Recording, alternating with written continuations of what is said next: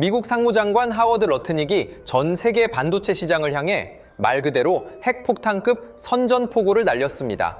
미국에 공장을 짓든가 아니면 100% 관세를 내라. 이 노골적인 압박 앞에서 전 세계의 시선은 자연스럽게 한국의 삼성전자와 SK하이닉스로 쏠렸습니다. 그런데 이상합니다. 정작 당사자인 우리 기업들은 패닉은커녕 침착하다 못해 여유롭기까지 합니다. 오히려 트럼프 대통령의 이 관세 폭탄이 미국 경제의 심장을 정면으로 겨냥한 자충수가 될 것이라는 분석이 더 힘을 얻고 있습니다. 오늘은 미국의 반도체 공세가 왜 삼성에게는 위협이 아니라 오히려 독점적 지위를 다시 한번 확인시켜주는 계기가 되는지, 그리고 왜 이번 관세 국면에서 삼성이 유독 여유로운지를 차근차근 짚어보겠습니다. 미국의 속내는 지금 상당히 복잡합니다. 트럼프 행정부의 러트닉 상무장관은 마치 깡패처럼 협박을 시작했습니다. 미국 땅에 공장을 짓든가 아니면 100% 관세를 감당해라. 사실상 한국 반도체 기업을 정조준한 초강수죠. 그런데 시장 전문가들의 반응은 의외로 차갑습니다. 이 위협을 보며 오히려 코웃음을 치고 있습니다. 왜일까요? 이건 미국이 쏜 총알이 결국 자기 심장을 향해 되돌아오는 부메랑이기 때문입니다. 만약 미국이 정말로 삼성과 하이닉스의 반도체에 100% 관세를 매긴다면 망하는 쪽은 과연 누구일까요? 삼성과 하이닉스일까요? 아닙니다. 그 비용은 그대로 엔비디아, 구글, 아마존 같은 미국 빅테크 기업에게로 전가됩니다. 그 중에서도 가장 치명상을 입는 건 바로 애플입니다.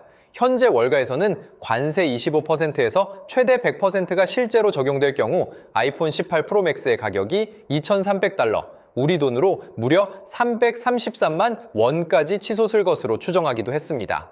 결국 아이폰 가격은 치솟고 클라우드 서비스 이용 요금은 폭등하며 미국 소비자 물가는 감당 불능한 수준으로 올라가게 됩니다.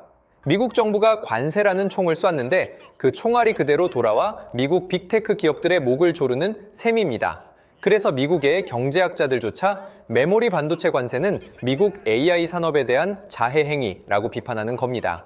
여기서 이런 반문이 나옵니다. 그럼 미국은 자국 기업인 마이크론을 키우면 되지 않느냐? 하지만 반도체는 돈만 쏟아붓는다고 하루아침에 만들어지는 산업이 아닙니다. 마이크론이 생산량을 늘리고는 있지만 삼성과 하이닉스와는 체급 자체가 다릅니다. 삼성이 수십만 장의 웨이퍼를 찍어낼 때 마이크론은 겨우 2만 장 수준을 생산할 뿐입니다. 이 격차를 줄이려면 최소 5년, 길게는 10년이 걸립니다. 그동안 미국 AI 산업이 멈춰 있을 수 있을까요? 결국 미국은 한국의 반도체 없이는 버틸 수 없는 딜레마에 빠져 있는 겁니다. 지난 우리나라와의 관세 협상에서도 미국은 마스가 프로젝트를 받아들이며 상당한 조건을 양보했죠. 그때 이런 유명한 일화도 있었습니다. 한국을 밟으려고 하면 밟으려는 미국의 발도 뚫릴 것이다. 지금 반도체 문제는 그때와는 차원이 다릅니다. 만약 트럼프 행정부가 반도체로 목리를 부린다면 미국은 중국과의 AI 경쟁에서 밀려나 미래의 패권을 놓칠지도 모릅니다. 과연 트럼프가 감당할 수 있을까요? 이런 정치적 긴장감을 우리는 일상에서 직접 느끼고 있습니다. 작년 이맘때 6만 원이면 샀던 디램 16GB 메모리, 지금 가격이 얼마인지 아십니까? 42만 원입니다. 무려 7배입니다. 심지어 최근 한 달 사이에만 가격이 12%나 더 올랐습니다. 이건 단순한 인상이 아니라 사실상 부르는 게 갑인 메모리, 대재앙입니다. 신학기 필수품이던 노트북은 출고가가 많게는 100만 원 가까이 올랐습니다. 도대체 반도체 시장에 무슨 일이 벌어지고 있는 걸까요? 핵심은 단순합니다. AI가 메모리를 빨아들이고 있기 때문입니다. AI 서버 하나에는 일반 PC 수십 대 분량의 메모리가 들어갑니다. 대부분의 고부가 가치 메모리는 지금 거의 전략이 AI 데이터 센터로 빨려 들어가고 있습니다. 문제는 생산 능력입니다. 삼성, 하이닉스는 수익성이 높은 HBM에 라인을 집중시키고 있고 그 결과 일반 디램 공급량이 급격히 줄어들었기 때문입니다. 공급은 줄고 AI 수요는 폭증하고 여기에 관세 위협과 지정학 리스크까지 가격이 오르지 않을 이유가 없는 구조가 된 겁니다. 여기서 아주 중요한 포인트가 나옵니다. 러트닉 상무장관은 100% 관세를 들고 나왔는데 정작 삼성은 가격을 내린 게 아니라 올리고 있습니다. 왜일까요? 이건 관세 때문이 아니라 삼성이 이미 슈퍼을이 되었기 때문입니다. 메모리는 지금 사고 싶다고 살 수 있는 물건이 아닙니다. 물량 배정이 기업의 생존을 가르는 시대가 되었다는 겁니다. 심지어 그 콧대 높은 애플조차 지금은 삼성 앞에 무릎을 꿇은 형국입니다. 이유가 아주 기가 막힙니다. 삼성의 경쟁사인 SK하이닉스와 마이크론이 돈이 되는 AI 서버용 HBM 생산에만 모든 화력을 쏟아붓고 있거든요. 그러다 보니 정작 아이폰에 들어가야 할 모바일 디램 물량은 뒷전이 됐고 공급난이 심각해졌습니다. 결국 애플은 싫든 좋든 삼성전자 의존도를 지금보다 훨씬 더 높여야만 하는 상황에 처했습니다. 삼성이 가격을 올리면 올리는 대로 받아들여야 하는 완벽한 슈퍼을의 갑질이 시작된 겁니다. 그래서 이런 이야기가 업계 전설처럼 들려오고 있습니다. 구글, 아마존, 메타의 구매 담당 임원들이 경쟁사 대비 하나라도 더 확보하기 위해 평택과 판교 근처 호텔에 상주하며 삼성전자의 문을 두드리고 있다는 이야기 말이죠. 필요 물량 확보 못하면 미국 돌아가서 바로 해고된다. 이 말이 농담처럼 돌아다닐 정도입니다. 이건 비즈니스가 아니라 전쟁입니다. 이 상황에서 삼성은 경쟁사가 절대 따라올 수 없는 카드를 꺼냅니다. 바로 턴키 전략입니다.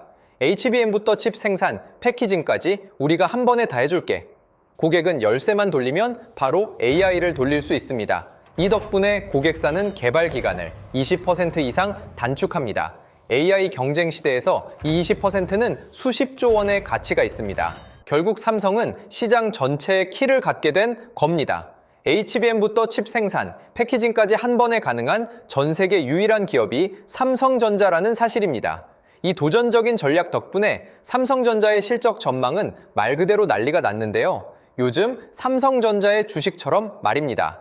불과 몇 개월 전만 하더라도 5만 원대의 주식 가치가 이제는 15만 원을 터치한 상황을 보여주고 있습니다. 2026년 연간 영업이익 전망치 최대 155조 원, 삼성 역사상 그 어떤 호황기도 비교가 안 되는 수치입니다. 재고는 쌓일 틈도 없고 내놓기가 무섭게 팔려나갑니다. 이러한 기조는 향후 몇 년은 이어질 거로 보이는데요. 삼성이 늘리고 있는 생산시설이 실제로 가동되려면 2028년 이후에나 본격 가동될 것으로 알려져 있습니다. 이제 메모리는 단순한 부품이 아닙니다. 국가의 경쟁력을 좌우하는 전략 자산입니다. 미국의 관세 위협은 겉으로는 강경해 보이지만 실제로는 자국 기업부터 압박하는 자충수가 될 가능성이 큽니다. 아무리 장벽을 높여도 그 너머에 삼성만이 가진 핵심 기술이 있다면 결국 선택지는 하나뿐입니다. 급한 쪽이 고개를 숙이고 지갑을 여는 수밖에 없죠. 압도적인 기술력 앞에서 관세 100%, 200%는 결국 미국 기업들의 부담으로 되돌아오는 부메랑일 뿐입니다. 삼성의 155조 원 영업이익 전망은 단순한 숫자가 아닙니다. 그 누구도 쉽게 대체할 수 없는 이른바 슈퍼을의 자신감이 담긴 성적표입니다. 대한민국 국민의 한 사람으로서 자부심을 느끼게 하는 대목이죠. 여러분은 트럼프의 관세 폭탄과 삼성의 이 승부수 어떻게 보십니까? 개인적으로는 이 게임의 마스터키는 여전히 삼성이 쥐고 있다고 생각합니다. 영상이 유익하셨다면 구독과 좋아요 부탁드립니다. 감사합니다. 마지막으로 AI 시대를 이끄는 진정한 초인류 기업으로서 삼성이 세계 무대에서 대한민국의 저력을 증명해 주길 기대해 봅니다.